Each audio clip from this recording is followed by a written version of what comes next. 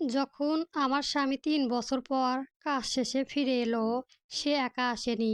সে দরজা দিয়ে ঢুকলো, তার হাতে এক উপপেত্নী। তার পাশে ২ বছরের এক ছেলে, যার নাম সে দিয়েছিল মাহিম।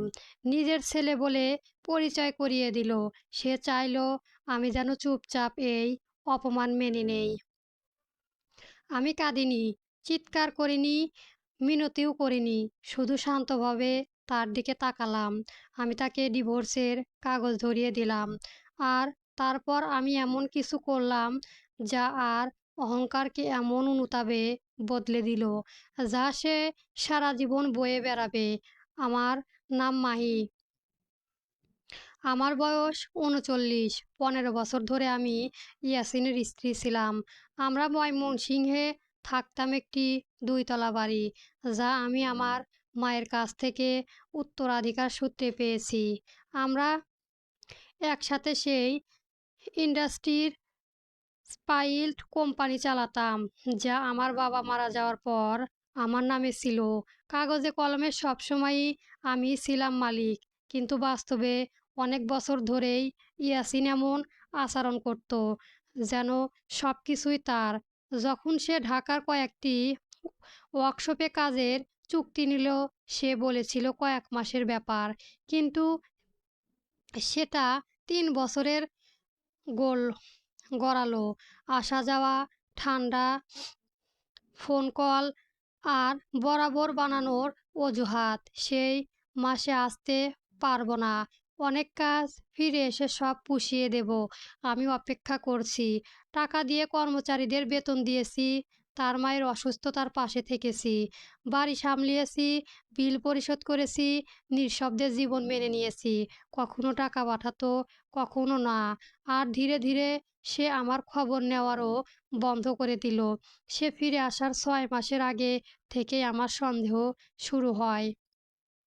কোনো কোনো ছবি দেখে না, কোনো সুগন্ধ দেখে না, সংখ্যা দেখে।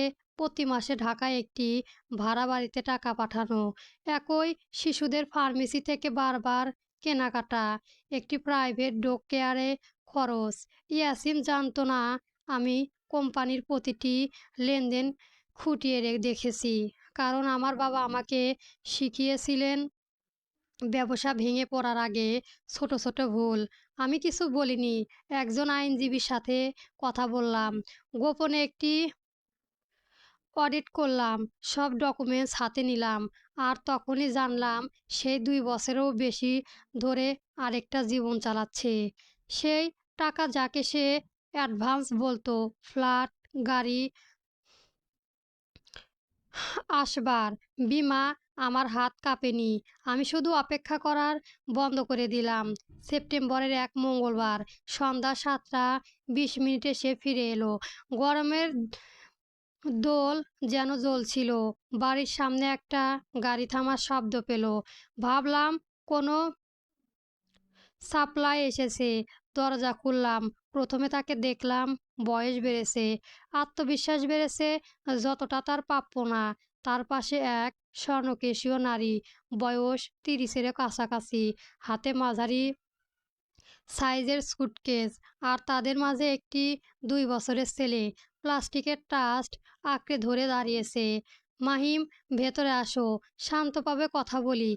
ইয়াসিন বলল যেন সে রান্নাঘর রিমোডেলিয়নে কথা বলতে এসেছে। এ- এটা আমার ছেলে, নাম মাহিম, আর এ হচ্ছে মাইশা। পরিস্থিতি বদলিয়েছে, আর তোমাকে এটা মেনে নিতে হবে।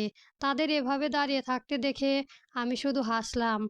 আমি এমন একটি সিদ্ধান্ত নিলাম যা ইয়াসিনকে সঙ্গে সঙ্গে বুঝিয়ে দিল সেই মুহূর্তে থেকে আর কিছুই তার নয়, আর যা সে এখন দেখতে যাচ্ছে তা পুরো জীবনটাই বদলে দেবে। পরবর্তী গল্প পেতে আমার চ্যানেলটি সবার আগে সাবস্ক্রাইব করে রাখবেন।